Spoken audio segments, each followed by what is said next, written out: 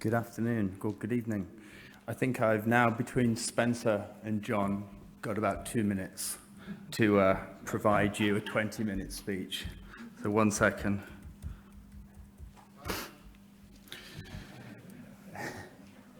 Well, good afternoon.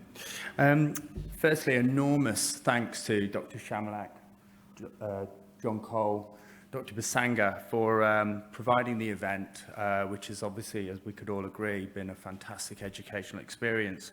And I'm honoured to have been asked to speak, so thank you very much. My name is Spencer Stevenson, aka Spex. I'm not a doctor, I'm not the developer of any high-tech equipment. I don't own a hair transplant clinic, nor am I in any way, shape or form involved in performing hair transplant surgery. So why have I been asked to speak to you today? This is going along here, 1 second.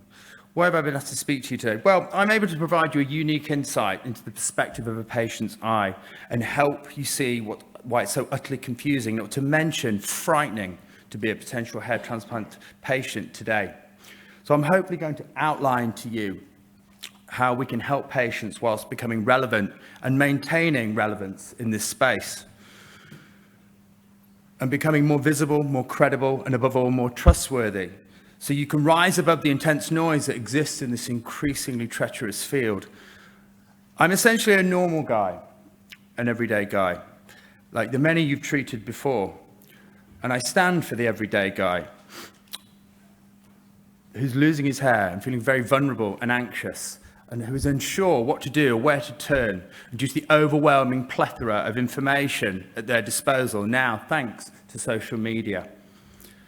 I've personally experienced pretty much every hair loss treatment out there through my own arduous pursuit and perseverance with this plight.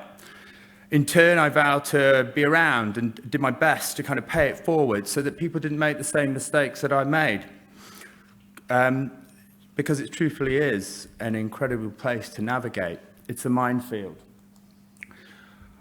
On top of all this, I'm a repair patient, the recipient of several hair transplants from a variety of clinics all over the world. On this basis, it's allowed me to be uniquely qualified to advise and share my experiences with countless hair loss sufferers and hair transplant patients, directly and indirectly, for over 15 years via a multitude of platforms and resources.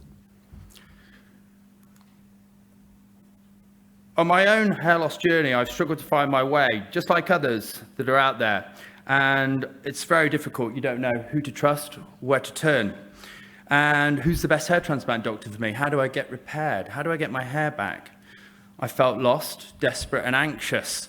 All I wanted to do was for someone to help save me and guide me from the frustration and guide me to an honest, ethical resource. As we know, some clinics make all the promises in the world and at best waste the patient's money. The offers and deals are all a bit too inviting, to say the least, to the naive hair loss sufferer. But why should they know any better? It all looks so great, eh? As the saying goes, if it sounds too good to be true in this industry, I can assure you it is. The problem is, the new hair loss sufferers just don't understand how dangerous the industry actually is, as it all looks so easy. And there are thousands of new, desperate hair loss sufferers born every day, wanting the quick, affordable fix. As we're all aware, due to social media, the industry has become a cesspit, flooded with unethical practitioners looking to make a very quick buck, utilizing and paying even Z-list celebrities to kind of establish some form of status. It's lost its humanity and, above all, its integrity, in my personal opinion. These Facebook and Instagram clinics are popping up daily, as well as countless backstreet setups, and in turn damaging the name of your industry. As John Cole, Dr. John Cole, beg your pardon, boldly stated on a recent interview with Spencer, which you've just seen live before, this industry is in more danger than it's ever been today. And he's 100%